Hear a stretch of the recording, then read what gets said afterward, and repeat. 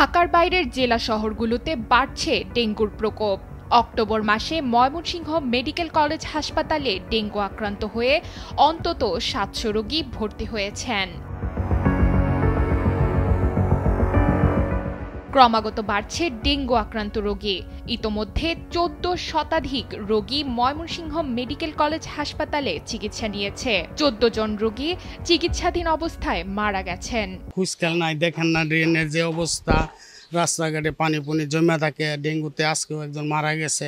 Mymensingh medical college হাসপাতালে dengue ওয়ার্ডে তিল ধারণের ঠাঁই নেই। প্রতিদিনই বাড়ছে ডেঙ্গু আক্রান্ত রোগীর সংখ্যা। ৪০ শয্যা ওয়ার্ডে ভর্তি থাকে প্রায় ২-৩ গুণ রোগী। অনেকে শয্যা না পেয়ে মেঝেতে চিকিৎসা নিচ্ছেন। অক্টোবর মাসেই মৃত্যু হয়েছে ৬ জনের। আমার এক সিনিয়র বড় ভাই কয়েকদিন আগে ভর্তি হয়েছিল, উনি ডেঙ্গুতে মারা গেছে গত ২ দিন আগে। আর সবচেয়ে বড় কথা আমাদের সচেতনতা বাড়াতে হবে। আর যে সিটি কর্পোরেশনের যে এই যে ঘাটতিটা আছে, যে মেডিসিনগুলো দেওয়া হয়, এটা কিন্তু হয় এখন তাদের একটু খুব কম আর কি। আক্রান্ত রোগীর সংখ্যা বাড়তে থাকায় পরিস্থিতি সামাল দিতে হিমশিম খাচ্ছে নার্স চিকিৎসকরা।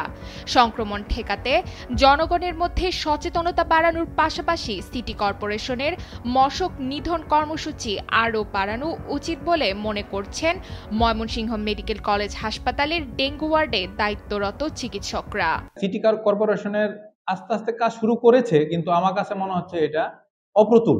এদের আরো এই রিজনগুলোতে তাদের মশা নিধন কর্মসূচি আরো জোরদার করা উচিত।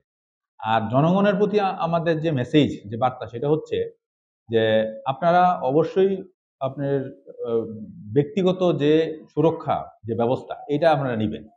কখনোই মশারি ছাড়া থাকবেন না। আরো কিছু রেপিলেন্ট পাওয়া যায়, ওগুলো ব্যবহার করবেন।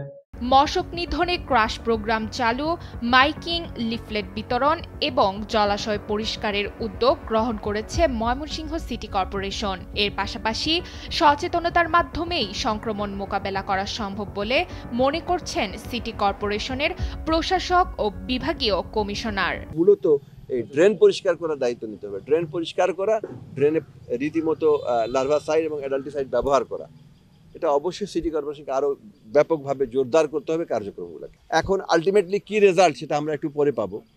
আর সারা দেশেই এই অবস্থা যে শুধু ময়মনসিংহ হচ্ছে তা না, সারা দেশেই আছে। যে যার মতো ব্যবস্থা নিচ্ছে, আমরা সিটি কর্পোরেশন থেকে আমাদের সর্বোচ্চ ব্যবস্থা আমরা নিচ্ছি। ময়মনসিংহ নগরীর ৩৩ ওয়ার্ডে মাত্র ২০ জন পরিচ্ছন্নতা কর্মী দিয়ে মশক নিধন চলছে। ৪০টি ফগার মেশিন থাকলেও নষ্ট হয়ে মাত্র ৬-৭টি মেশিন সচল রয়েছে, যা ডেঙ্গু মোকাবেলায় অপ্রতুল। ময়মনসিংহ থেকে জাহানুল করিম শিমুলের পাঠানো তথ্যচিত্রে ডেস্ক রিপোর্ট, নুসরাত তালবিয়া।